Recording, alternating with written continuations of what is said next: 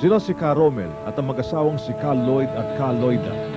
Hawang mga magsasaka sa lalawigan ng Quezon bago nag-organisa o umanib sa armadong kilusang komunista. Iisa halos ang dahilan kung bakit sila sumali sa kilusan.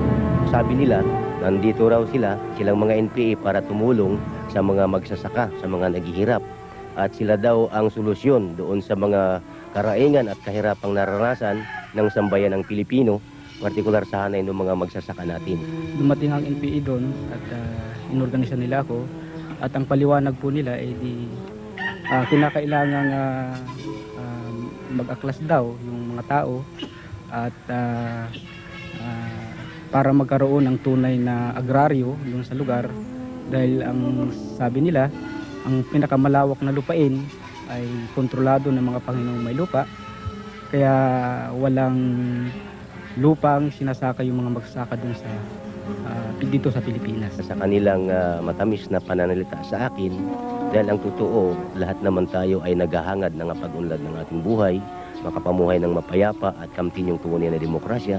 So hindi ako sira nag-atubili, at ang ginawa ko ay agad akong naniwala sa kanila at sabi ko sa kanila, kung ganyan ang layunin ninyo para sa kabutihan namin, edi walang masama. Ako'y handang makipagtulungan sa inyo. Isang linggo pa lang siguro ako sa amin nang may dumating na NPA na sabi pa nga ng tatay ko, kamag-anak pa namin yun. Tapos doon na po nag-umpisa na inorganisa nila ako hanggang sa nautos-utusan na nila ako maghatid ng sulat kasaan sa barangay, at kung sa minsan ay napaghatid nila ako ng pera para sa yung tinatawag nilang sopa meal sa pamilya ng mga hukbo. Kung sino-sino, kung saan sa bayan, nakakarating ako para maghatid ng mga sopa meal na tinatawag. Tapos noon, tuloy-tuloy na akong napaloob sa grupo ng kabataan. Tapos dahil kabataan nga, naingganya ako dahil kung saan kami pumupunta, sumasama sa rally. Hanggang sa kinategorya na nila akong pwede na akong maging kasapi ng partido sa lokalidad. At binigyan na ng mas matataas na antas na aralin kaysa sa mga pangkaraniwang nasa grupo. Kumbaga, antas-antas din kasi sila kung bago ka pa lang sa grupo hanggang makarating ka ng komite at sangay ng partido sa lokalidad. Doon mas malalim na, kumbaga ka-level na din yun ng armado, armas na lang ang wala.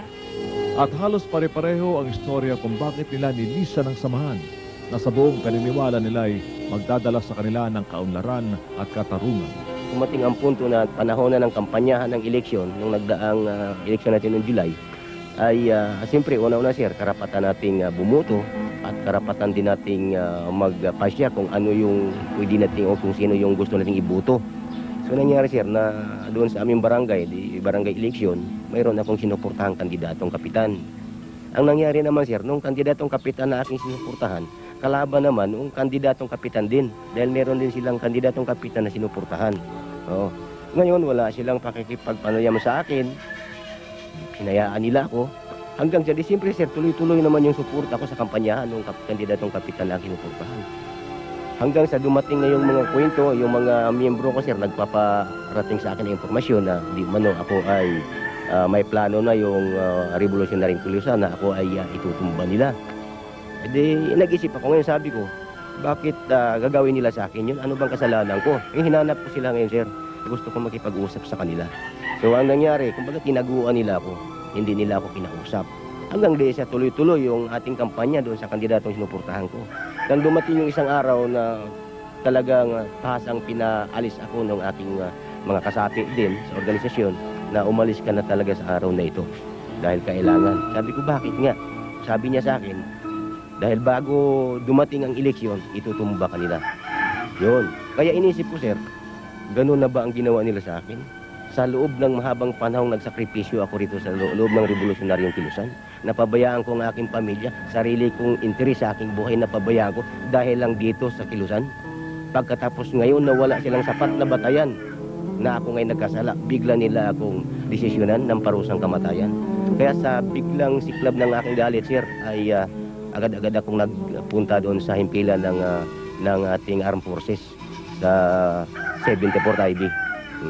Sa aming bayan. At doon, sinabi ko doon sa commanding officer ng 74th IB na ako ay handa ng makipagtulungan sa inyo. At ako'y galit na ngayon sa mga NPA. February 14 po, isa po yung unit na kinatatalagahan ko ay na-encuentro ng trupa ng ating pamahalaan sa pangunguna po ng 74th Infantry Battalion at namatay po doon ang aming isang kasama dahil nagpangabot po kami sa bahay.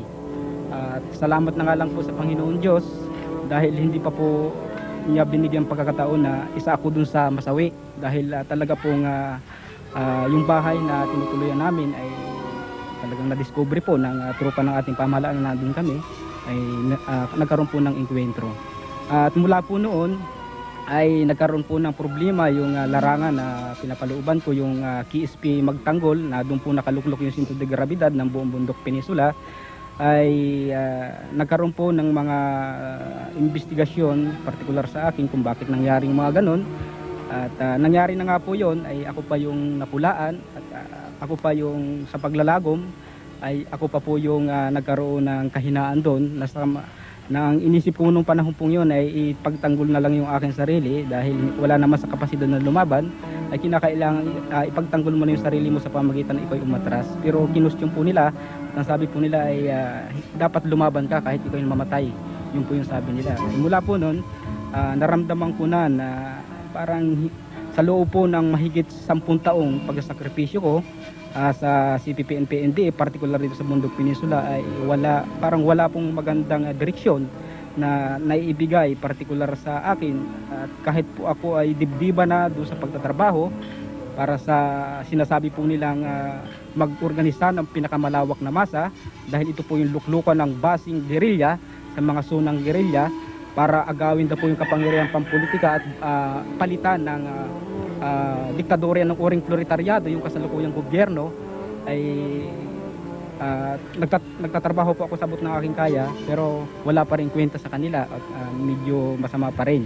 Inamin ng tatlong ito na kamatayan sa kamay ng kanilang mga dating kasamahan ang parusa sa kanilang pagtiwalag sa CPP-NPA. Pero meron din mga pagkakataon kung kailan hindi na kailangan magkasala ka upang mapurusahan ng kamatayan kapag miyembro ka ng CPP-NPA. Kapag suspetsahan ka lang bilang isang informant ng pamahalaan, ay sapat na upang magsilbing death warrant. Ipatatawag ka sa isang huwad na seminar at doon aakusahan ka, kunwari lilitisin, at sa isang iglap ng matay, babaksakan ng hatol ng kamatayan. Nitong mga nagdaang panahon, ilang mass graves ng NPA ang natagpuan.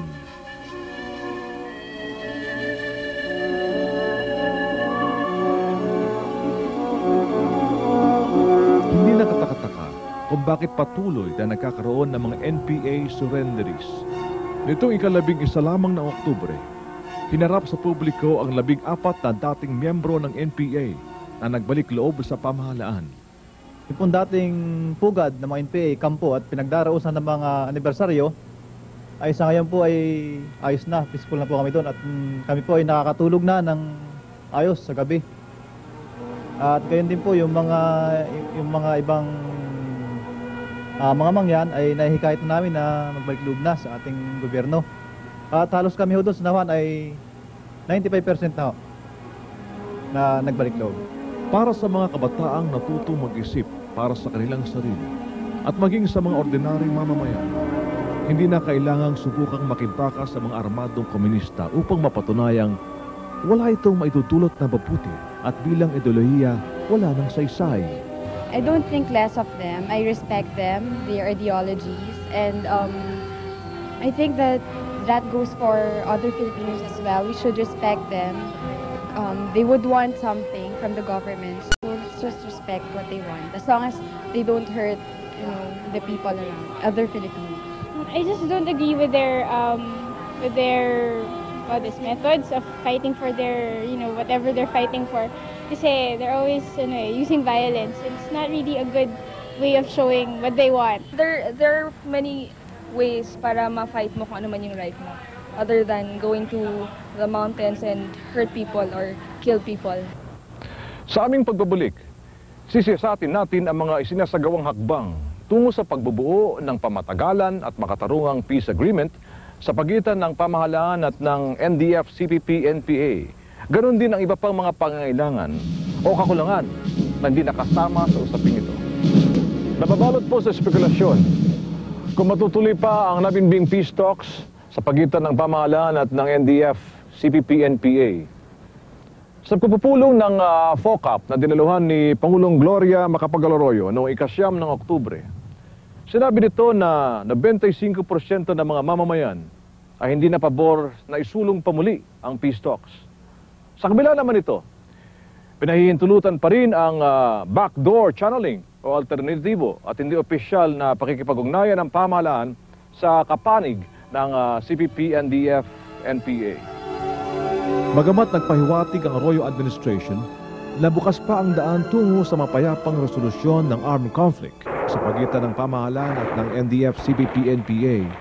Waring nagbabanta itong maglunsad ng all-out war laban sa mga armadong komunista kung hindi sila magpapakita ng sensibilidad sa pagbubuo ng kasunduang pangkapayapaan. Matapos ipahayag ni Pangulong Gloria Macapagal-Arroyo na halos lahat ng Pilipino ay wala ng interes na bumalik sa peace negotiations ang pamahalaan. Ipinahayag ni Defense Secretary Angelo Reyes na inihahanda na ng Government Peace Panel ang isang make or break peace document.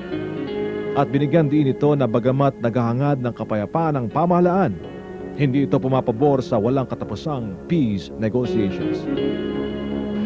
The government is for peace. The government is for a peaceful resolution of the conflict with the communists. However, we are not in favor of negotiations that are interminable.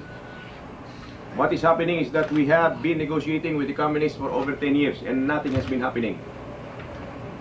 Now what the President has said is that she had directed that we prepare one document, one final peace document. And this will be presented to the other side. And then, if they agree, then we have a final peace agreement. Now, what had been happening for over 10 years is that the other side, the CPP, NPA, NDF, had been foot-dragging. They have been making impossible, unreasonable demands that are unacceptable to any sovereign, self-respecting state. They want to set up a separate or parallel political authority. And while they are negotiating, they have continued to attack civilian communities and civilian infrastructure.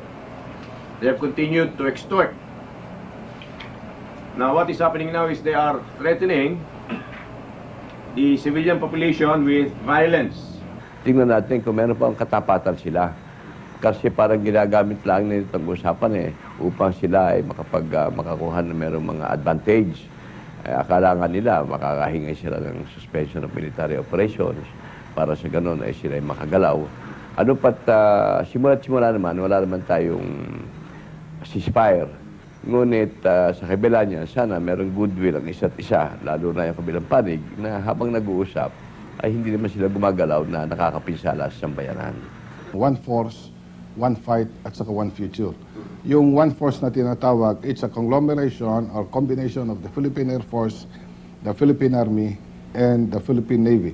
At palagi niyang in-emphasize ito, that we use all the might of the armed forces, kasi noon puro ground forces, special action forces ginagamit natin. Ngayon gusto niyang magamit yung air power to the limit and maybe even sea power kung malapit sa dagat yung mga kalaban ay gagamitin sa kanila. That's why he wants a fast, a strong, and deadly force to go against the insurgents.